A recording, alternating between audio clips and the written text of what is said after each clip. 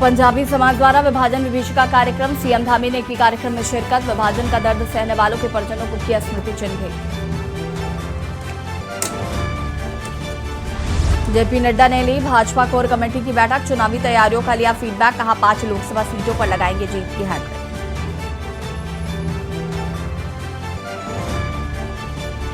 देव संस्कृति विश्वविद्यालय पहुंचे जेपी नड्डा, वसुधैव कुटुंबकम व्याख्यान कार्यक्रम में हुए शामिल, कहा हमारी रगों में रचा बसा है वसुधैव कुटुंबकम का भाव। हाईकोर्ट के आदेश पर चला अतिक्रमण हटाओ अभियान, नगर निगम चला रहा अतिक्रमण हटाओ अभियान। दुकानदार बद्रीनाथ मार्ग पर तोड़ रहे हैं पक्के निर्माण।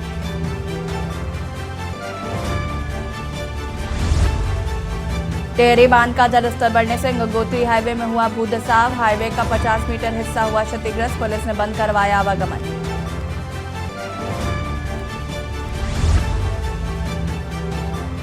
मौसम विभाग ने 31 अगस्त तक के लिए जारी किया अलर्ट, कुछ जिलों में गर्जन और आकाशीय बिजली चमकने की संभावना, देहरादून समेत 3 जिलों में धूप खिलने के आसार। आप देख रहे हैं के न्यूज, खबरों का सारथी। नमस्कार, खबर उत्तराखंड में आप सभी का स्वागत है। मैं हूं आपके साथ यशी शुक्ला और सीधे आपको ले चलते हैं देहरादून, जहां पर आपको बता दें कि मुख्यमंत्री पुष्कर सिंह धामी महिला मोर्चा द्वारा रक्षाबंधन को लेकर कार्यक्रम आयोजित किया गया है और यहां पर मुख्यमंत्री पुष्कर सिंह धामी पहुंचे हुए हैं। ये तस्वीरें आपको हम दिखा रहे हैं।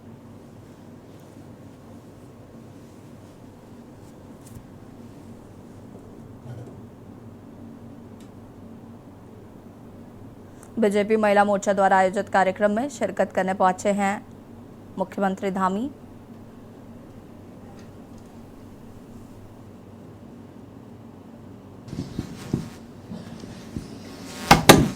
भारत माता की जय, भारत माता की जय।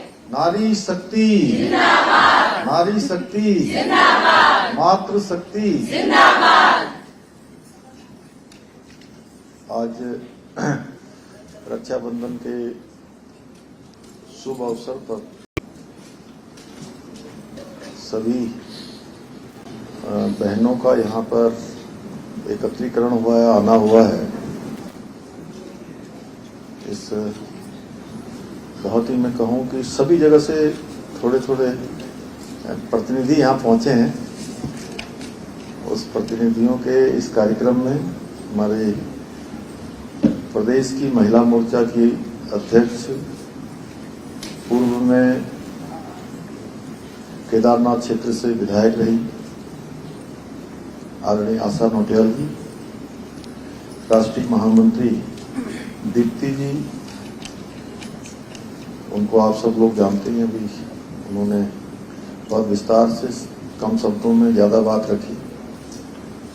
नेहा जोशी जो टेलीविजन में भी दिखाई देती हैं, वैसे ही राष्ट्रीय उपाध्यक्ष भारतीय जनता युवा मोर्चा, और हमारी दीदी गीता खन्ना जी बाल आयोग की अध्यक्ष, और संचालन करने वाली बहन गीता रावत जी और गीता जी।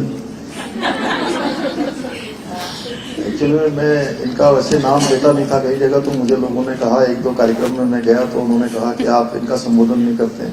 करना तो चाहिए, करना तो चाहिए।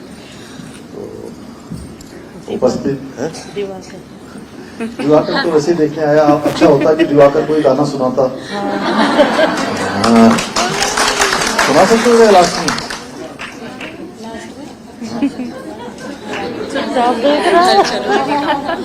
नहीं सुना देता है, शर्माता नहीं। पाकू सुना लेगा वो, बाद में गाना सुना सकता है शर्माते। यहाँ पर सभी हमारी प्रदेश की पदाधिकारी बहनें, सभी जिलों से आई हुई जिलों के अध्यक्ष, महामंत्री, सभी हमारे सभी पदाधिकारियों में से हमारी सभी जो बहनें यहाँ पहुंची हैं। मैं सबसे पहले तो ये इसका नाम पहले जनता दर्शन हॉल होता था, तो इसका हमने नामकरण बदल दिया, इसका नाम रख दिया मुख्य सेवक सदन। तो इस मुख्य सेवक सदन में वैसे तो पिछले साल भी आए थे, उससे पहले साल भी हम लोगों ने रक्षाबंधन किया लगातार। ये तीसरे साल हम लोग कर रहे हैं, तीसरी बार रक्षाबंधन का हो रहा है। तो जो पहले से आए हैं वो तो उनका मैं स्वागत करता हूँ, लेकिन जो पहली बार आ गए हैं उनका विशेष रूप से मैं स्वागत करता हूँ। देखिए, ये रक्षाबंधन का त्योहार हमारे लिए बहुत ही, हमारे लिए पौराणिक महत्व भी रखता है, सांस्कृतिक महत्व भी रखता है। तमाम सारी मान्यताएं इस त्योहार से जुड़ी हुई हैं। और इस वर्ष का जो रक्षाबंधन है वो हमारे लिए बहुत विशेष है। विशेष इसलिए है कि इस बार हमारा जो चंद्रयान जो चंद्रमा पर पहुंचा है, दक्षिणी ध्रुव में पहुंचा है, तो उस चंद्रयान को चंद्रमा में पहुंचाने में जो अनुसंधान किया गया है, जो खोज की गई है, जो वैज्ञानिक उसमें काम कर रहे हैं, जो आविष्कारक काम कर रहे हैं, उसमें बहुत बड़ी जो संख्या है वो महिलाओं की है, आप सब लोगों की है। और मैं अभी 2 दिन पहले यहाँ पर आप सब लोगों को वैसे जानकारी होगी, यहाँ पर यहाँ पर आप मुख्यमंत्री पुष्कर सिंह धामी को सुन रहे थे। आपको बता दें कि बीजेपी महिला मोर्चा द्वारा कार्यक्रम आयोजित किया गया था, जहाँ पर मुख्यमंत्री धामी ने शिरकत की है। रुकेंगे एक छोटे से ब्रेक के बाद। एक बार फिर से आप सभी का स्वागत है और उत्तराखंड से खबर आपको बता देता है, जहाँ पर 192 सड़कें बंद हो चुकी हैं। लोगों की आवाजाही में भारी परेशानी का सामना करना पड़ रहा है। राज्य में 173 से ज़्यादा सड़कें बंद रहीं। हालांकि 22 सड़कों को खोला गया है। बंद सड़कों को खोलने का प्रयास जारी है। लोक निर्माण विभाग कर रहा सड़कें खोलने का प्रयास।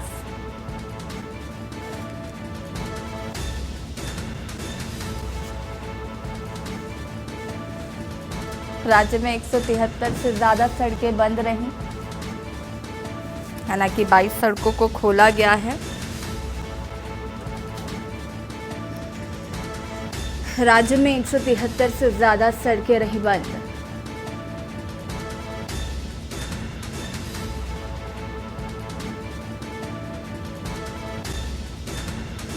बंद सड़कों को खोलने का प्रयास जारी।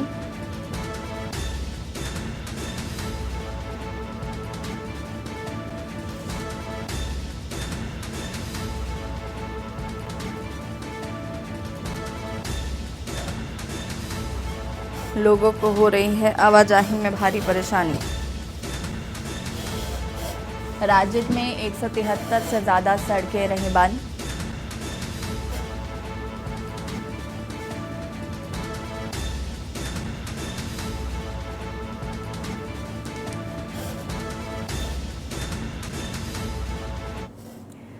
खटीमा से खबर आपको बता देते हैं, जहां पर बाघ ने व्यक्ति को बनाया अपना निवाला।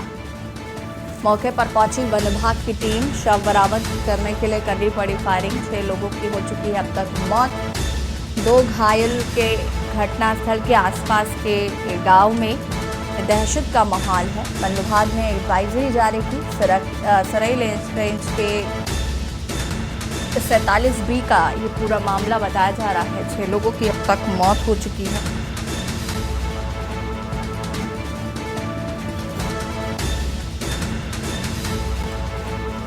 वन विभाग ने जारी की है एडवाइजरी।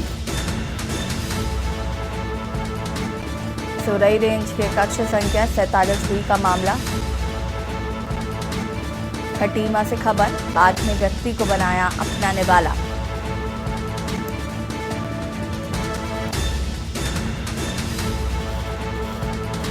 अब तक 6 लोगों की मौत हो चुकी है।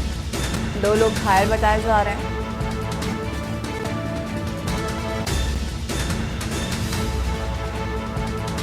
पुलिस ने शव को पोस्टमार्टम के लिए भेजा।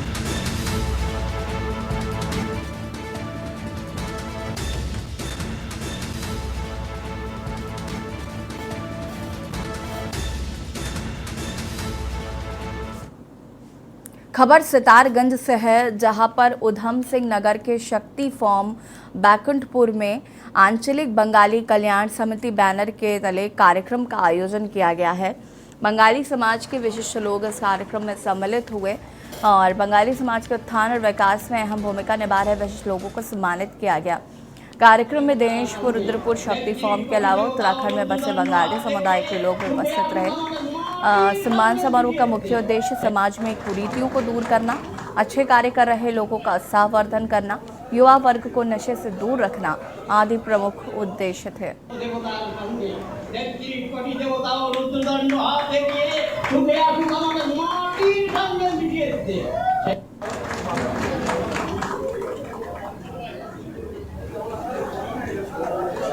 कल्याण समिति का मुख्य उद्देश्य यही है कि बंगाली समाज के प्रबुद्ध जनों को, जो हमारे समाज के लिए प्रेरणादायक है, प्रेरणा के कार्य किए हैं, जो आज हमारे समाज में है नहीं, लेकिन उनके कार्यों की प्रेरणा को लेके हमें आगे बढ़ना है। और हमारी जो समाज में सबसे बड़ी हमारे काम ये है कि हम अपने क्षेत्र के सम्मानित लोगों को एक मंच में हम लोग बुलाएं, ताकि हम अपनी भाषा, संस्कृति, कला, उन्नयन और विकास के बारे में हम सोच पाए। आप सबका धन्यवाद जो आज इस मंच पर सजाया है और इसका एक प्रयास किया जा रहा है बंगाली कल्याण समिति की ओर से। हकीकत बात यह है कि सरकारें आई और गई, लेकिन इस विषय में अभी तक कोई ऐसा प्रयास नहीं किया गया जिससे स्कूलों में भी ये व्यवस्था की जाए। हमारे यहाँ जो एक पूर्वी पाकिस्तान से विस्थापित था, ये जरूर धामी सरकार जी और माननीय बहुगुणा जी के निर्देशों से हटा है, किंतु जो वास्तविक अभी तक विद्यालय में जो शिक्षा व्यवस्था ये जब तक नहीं होगा मूल रूप से, तब तक बंगालियों का उत्थान होना संभव नहीं है। ऋषिकेश नगर निगम सभागार में महानगर कांग्रेस कमेटी ने नगर निकाय चुनाव को लेकर मंथन बैठक की गई है, जिसमें प्रदेश अध्यक्ष गणेश गोदियाल सहित कांग्रेस कार्यकर्ता मौजूद रहे। बैठक में आगामी नगर निकाय चुनाव को लेकर चिंतन और मंथन किया गया। बैठक में मुख्य अतिथि के तौर पर ऋषिकेश पहुंचे पूर्व प्रदेश अध्यक्ष गणेश गोदियाल ने बताया कि लगातार कांग्रेस विभिन्न कार्यक्रमों के माध्यम से संगठन को मजबूत कर आमजन के पीछे आकर नगर निकाय चुनाव के लिए भी आम जन के मुद्दे उठाने का काम कर रही है और लगातार कांग्रेस बैठकों के माध्यम से, चौपाल के माध्यम से संगठन को मजबूत करने का काम किया जा रहा है। उनके अनुभवों का भी किस तरह से आगे संगठन की मजबूती के लिए प्रयोग किया जाए। कांग्रेस बूथ स्तर के माध्यम से, मंडल अध्यक्षों के माध्यम से घर घर तक जाकर कांग्रेस की विचारधारा को पहुंचाने का काम करेगी, ताकि आज जो शहर के विकास कार्य रुक गए हैं उन्हें आगामी चुनाव जीत कर आगे बढ़ाया जा सके और देश की कांग्रेस सरकार राहुल गांधी के नेतृत्व में लाने का काम किया जा सके।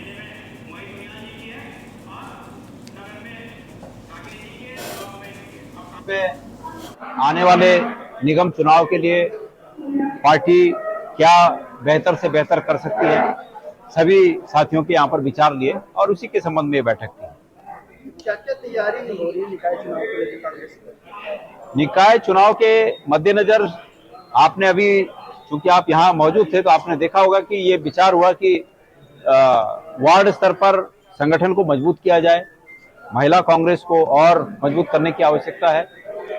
यूथ, हर वार्ड पर यूथों की एक कमेटी बनाई जाए, अनुसूचित वर्ग की कमेटी बनाई जाए, पूर्व सैनिक और व्यापार प्रकोष्ठ के हमारे लोगों की कमेटियां बनाई जाए। खबर सितारगंज से है, जहां पर Savannah Seeds private limited company ने किसान गोष्ठी का आयोजन किया है। किसानों को धान की सीधी बिजाई के लिए नई तकनीकी की जानकारी दी गई है। पत्रकार विश्वविद्यालय और काशीपुर कृषि विज्ञान केंद्र के कृषि विशेषज्ञों ने बताया कि इस तकनीक से कम श्रम के साथ बनेगा और इस तकनीकी को धान की फसल के लिए लाभकारी बताया गया है। शनिवार को ग्राम मलपुरी के मैरिज पैलेस में आयोजित इस कृषि गोष्ठी का शुभारंभ नानकमत्ता विधायक गोपाल सिंह राणा ने किया।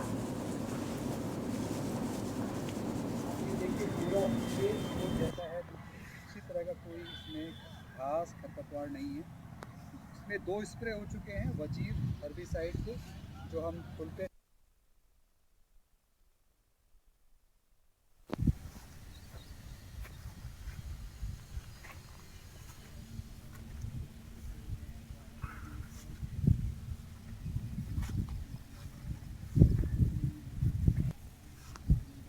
फुल पेज टेक्नोलॉजी का सीधी पेड़ और बिजली के पोल पर झूलते तार तक स्मार्ट सिटी की राह में रोड़ा बन रहे हैं। नगर निगम ने विभिन्न सेवा प्रदाता कंपनियों को सोमवार तक अनावश्यक तार हटाने का अल्टीमेटम दिया है। नगर निगम ने हाल में यूपीसीएल के साथ विभिन्न वार्डों का सर्वे किया था और इस दौरान पता चला कि केबल और इंटरनेट सेवा प्रदाता कंपनियां बिजली के पोल और पेड़ों पर भी तार लगा रही है। इससे शहर की सुंदरता बिगड़ रही है।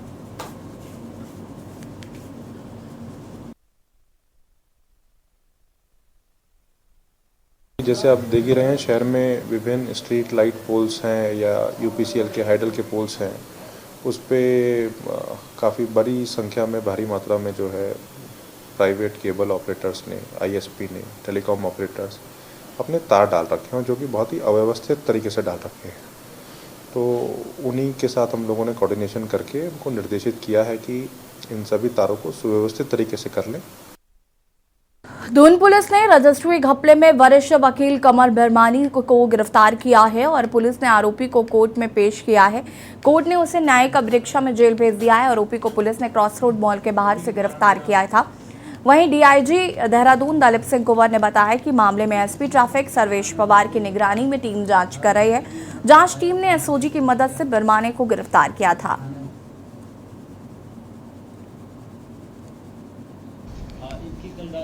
देर रात को इनकी अरेस्टिंग हुई है और इनका रोल, जैसे मैंने पहले बताया कि इस पूरी प्रकरण में जो रिजेक्टेड जो मामले होते थे विभिन्न कारणों से, तो उन रिजेक्टेड मामलों में उसमें से पाँच मामले हैं। 5 मामले में से जो है 4 मामले में तो कार्रवाई हो चुकी थी और 5वां मामले में कार्रवाई चल रही थी। जैसे मैंने पहले आपको बताया कि इन मामलों में जो कमी पेशी होती थी, उनका जो है बाकायदा पेपर्स में जो कमियां हैं उसको बहुत ही मतलब सातिराना तरीके से इन पेपर्स को रिप्लेस करके। खबर काशीपुर से, जहां पर लोगों को नशे के आगोश से बचने के लिए जनप्रतिनिधि और समाज सेवी ने एक अनोखी पहल का शुभारंभ किया है। जहां काशीपुर की धरती पर कुश्ती का आयोजन हुआ तो कुश्ती में दूर दूर से लोग अपनी ताकत आजमाइश के लिए आ रहे हैं। पहलवानों द्वारा एक दूसरे को अपने खेल के दाव से अपने विरोधी को चितपट करते हुए दिखाई दे रहे हैं। दंगल प्रतियोगिता को करने का सिर्फ उद्देश्य युवा पीढ़ी को नशे के आगोश से बचाने के लिए है, क्योंकि जनपद उधम सिंह नगर की युवा पीढ़ी नशे की शिकार हो रही है,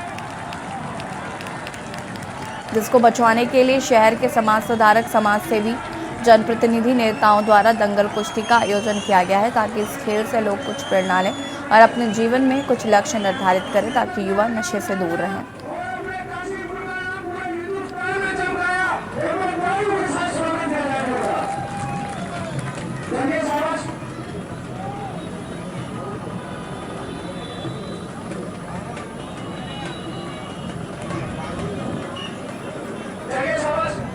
सारी जीत का श्रेय यहाँ की जनता को देता हूँ।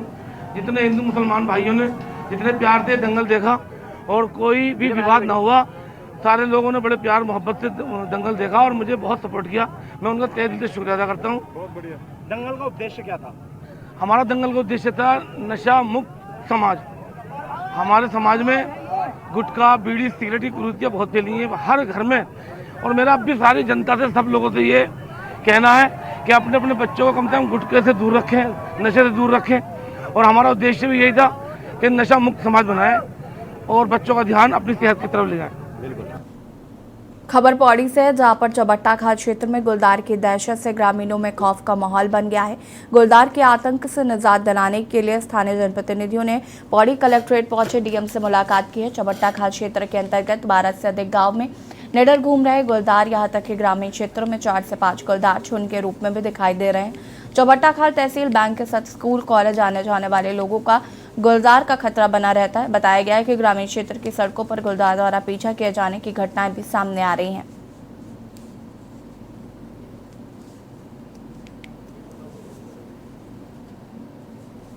कई लोग आए, उनका कहना था कि चमनाव, सौंडल, कुई और चौबट्टा खाल के अन्य क्षेत्रों में जो है गुलदार का आतंक हो रखा है और कई माध्यमों से भी हमारे पास तैयार रखी है। हम लोगों ने पहले ही एक गांव में पिंजरा लगाने की अनुमति प्रदान की गई है चीफ वाइल्ड लाइफ वार्डन के द्वारा। दोबारा चीफ वाइल्ड लाइफ वार्डन से एक बार बात करके हम लोग अन्य गाँव में आदेश आपने वहाँ पे तो उसमें डीएफओ साहब से बात करके वहाँ पे पिंजरे लगाए जाने और गश्त बढ़ाई जानी, उसके अतिरिक्त जो सतर्कता बरती जानी, स्कूल्स अगर बंद किए जाने होंगे तो किए जाएंगे और सोलर स्ट्रीट लाइट जैसे ही उपलब्ध होती तत्काल उसमें आवश्यक कार्रवाई। बागेश्वर विधानसभा सीट पर होने वाले उपचुनाव की तारीख जैसे जैसे नजदीक आ रही है वैसे वैसे बागेश्वर का सियासी पारा चढ़ता जा रहा है। बागेश्वर में उपचुनाव प्रचार गति पकड़ने लगा है। भाजपा और कांग्रेस को स्टार प्रचारकों का जमावड़ा बागेश्वर में देखने को मिल रहा है। आपको बता दें कि भाजपा और कांग्रेस ने 40-40 स्टार प्रचारकों की सूची जारी की। भाजपा के स्टार प्रचारकों में मुख्यमंत्री पुष्कर सिंह धामी और भाजपा प्रदेश अध्यक्ष महेंद्र भट्ट, रक्षा राज्य मंत्री अजय भट्ट, कैबिनेट मंत्री सौरभ बहुगुणा, गणेश जोशी समेत कई दिग्गज शामिल रहे जो कि लगातार प्रत्याशी के पक्ष में प्रचार कर रहे हैं। वहीं कांग्रेस ने भी प्रदेश अध्यक्ष करण माहरा, नेता प्रतिपक्ष यशपाल आर्या, पूर्व सीएम हरीश रावत समेत सभी 19 विधायकों, पूर्व सांसदों, पूर्व मंत्रियों और अनुषंगिक संगठनों के अध्यक्षों को स्टार प्रचारक बनाया है। देखिए रिपोर्ट।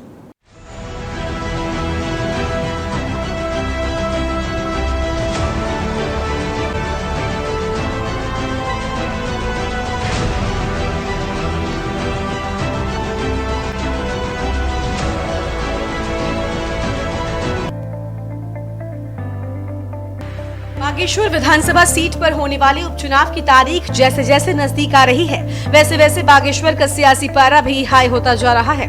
बागेश्वर में उपचुनाव प्रचार गति पकड़ने लगा है। भाजपा और कांग्रेस के स्टार प्रचारकों का जमावड़ा बागेश्वर में दिखने लगा है। बता दें कि भाजपा और कांग्रेस ने 40-40 स्टार प्रचारकों की सूची जारी की है। भाजपा के स्टार प्रचारकों में मुख्यमंत्री धामी, भाजपा प्रदेश अध्यक्ष महेंद्र भट्ट, रक्षा राज्य मंत्री अजय भट्ट, कैबिनेट मंत्री सौरभ बहुगुणा, गणेश जोशी समेत कई दिग्गज शामिल हैं जो कि लगातार प्रत्याशी के पक्ष में प्रचार कर रहे हैं। वहीं कांग्रेस ने भी प्रदेश अध्यक्ष करण माहरा, नेता प्रतिपक्ष यशपाल आर्या, पूर्व सीएम हरीश रावत समेत 19 विधायकों, पूर्व सांसदों, पूर्व मंत्रियों और अनुषंगिक संगठनों के अध्यक्षों को स्टार प्रचारक बनाया है। वहीं कांग्रेस ने भी अपने स्टार प्रचारकों को बागेश्वर में प्रत्याशी के पक्ष में प्रचार अभियान तेज करने के निर्देश दे दिए हैं। भाजपा का कहना है कि वो विकास के मुद्दे पर चुनाव लड़ रहे हैं, जबकि कांग्रेस का कहना है कि बेरोजगारी, महंगाई, बदहाल कानून व्यवस्था जैसे मुद्दों को लेकर कांग्रेस जनता के बीच जाएगी। आज हम 80 करोड़ लोगों को फ्री भोजन देने का काम कर रहे हैं। पड़ोसी देशों को देखेंगे तो आपको दाने दाने से मोहताज वो दिखाई देते हैं। तो इसलिए ये सब चीज़ें एक ईमानदारी से देश की सेवा में लगी हुई है। हमारे ऊपर अगर हमने कोई भ्रष्टाचार कर रहे हो उसके कारण से कुछ परिवर्तन हो रहा हो, या हमारा कोई कार्यकर्ता है, चाहे विधायक है, सांसद है, मंत्री है, कोई भ्रष्टाचार में लिप्त तो मान सकते हैं। कि नामांकन के दिन से लेकर आज तक मेरे प्रदेश अध्यक्ष श्री करण माहरा जी, मेरे नेता प्रतिपक्ष श्री यशपाल आर्या जी, मेरे राज्यसभा सांसद श्री प्रदीप टमटा जी और तमाम विधायक, पूर्व विधायक वहां कैंप कर रहे हैं और हम कोई भी मौके को चूकना नहीं चाहते। हमने चंपावत में देखा कि किस तरह की अंधेर गर्दी करके चंपावत चुनाव हुआ था, इसलिए अब दूध के जले हैं तो छाछ भी फूक फूक कर पी रहे हैं। आज से हमारे प्रदेश प्रभारी श्री देवेंद्र यादव जी का वहां दौरा है और माइक्रो मैनेजमेंट जिसके लिए वो जाने जाते हैं, बूथों का को टटोलेंगे और निश्चित रूप से इस खबर को लेकर, उनके आगमन को लेकर बागेश्वर के स्थानीय कांग्रेस कार्यकर्ताओं में और जनता में खासा उत्साह देखने को मिल रहा है। वहीं एक तरफ जहां बागेश्वर में सियासी प्रचार चल रहा है तो दूसरी ओर बागेश्वर में उत्तराखंड बेरोजगार संघ के अध्यक्ष बॉबी पवार समेत 5 लोगों की गिरफ्तारी पर बवाल छिड़ गया है। दरअसल बागेश्वर पुलिस ने धारा 144 के उल्लंघन के आरोप में उत्तराखंड बेरोजगार संघ के अध्यक्ष बॉबी पवार समेत 5 लोगों को गिरफ्तार किया है। हालांकि देर शाम कोर्ट ने सभी को 5-5 हजार की जमानत पर रिहा कर दिया। कांग्रेस का आरोप है कि सरकार बागेश्वर में हार से बौखलाते हुए ऐसी तानाशाही कर रही है। बेरोजगार संघ के जो कार्यकर्ता है बॉबी पवार, इनके द्वारा एक प्रशासन को एक सूचना दी गई कि वो खुद बागेश्वर आएंगे और अपने सदस्य हो या युवकों है उनसे मिलना जुलना करेंगे। इसी के क्रम में उनको बताया गया कि यहाँ पे 144 का धारा 144 लगी हुई है और किसी भी तरीके की एक्टिविटी इलेक्शन ऑफिस के परमिशन के पश्चात ही होती है। इस संबंध में डीएम महोदय द्वारा एक डिटेल लेटर उनको दिया गया और अगर इसमें कोई भी वायलेशन होता है तो नियमानुसार मुकदमा दर्ज करने की भी उनको नोटिस तामील कर दिया गया था। कुल मिलाकर बागेश्वर विधानसभा सीट पर होने वाले उपचुनाव की तारीख जैसे जैसे नजदीक आ रही है वैसे वैसे बागेश्वर का पारा भी चढ़ता जा रहा है। इन सब के बीच बागेश्वर में उत्तराखंड बेरोजगार संघ के अध्यक्ष बॉबी पवार समेत 5 लोगों की गिरफ्तारी पर सियासी बवाल छिड़ गया है। देखना होगा कब तक राज्य में गिरफ्तारी पर बवाल शांत होता है। इसके साथ ही बागेश्वर का परिणाम किसको जीतों का ताज पहनाता है और किसको हार का सामना करवाता है। उत्तराखंड डेस्क रिपोर्ट, के न्यूज इंडिया। और बुलेटिन में फिलहाल इतना ही। देखते रहिए के न्यूज इंडिया। नमस्कार।